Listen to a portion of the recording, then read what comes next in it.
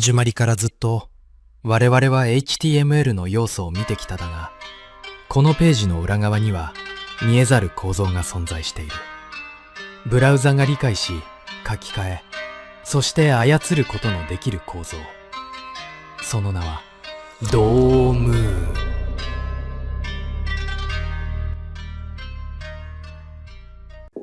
Dans l'épisode 8 de cette partie sur le HTML, on avait parlé des balises clés d'une page HTML et de leur rôle dans la structure de la page.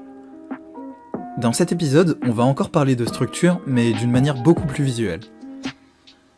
Depuis le début, je vous ai présenté les balises HTML comme des boîtes, parce que c'était pratique pour comprendre leur fonctionnement, mais au final, quand toutes ces balises sont reliées ensemble, ça ressemble beaucoup plus à un arbre. Quand le navigateur lit ce HTML, il ne voit pas juste des balises séparées. Il comprend aussi les relations entre elles. Ici, par exemple, Body devient la branche principale, et H1 et P deviennent les branches reliées à celle-ci. Et c'est justement ce qui donne cette forme d'arbre. Et certaines branches peuvent elles-mêmes créer de nouvelles branches, comme ici avec UL qui possède ses propres branches LI. On obtient donc toute une hiérarchie, comme un arbre avec des branches et des sous-branches. Et cet arbre a un nom, c'est ce qu'on appelle le DOM. DOM pour Document Object Model. Cette organisation est essentielle parce qu'une page web n'est pas juste une suite d'informations.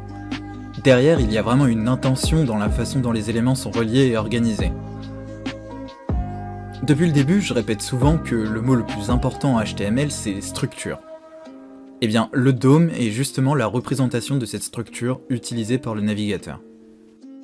Voilà ce qui conclut cette première partie de Dessine ton code consacrée au HTML. Je tiens une nouvelle fois à remercier toutes celles et ceux qui ont suivi cette série jusqu'ici. Dans cette partie, on a surtout appris à construire la page, et dans les prochains épisodes, on découvrira le CSS pour commencer à travailler son apparence.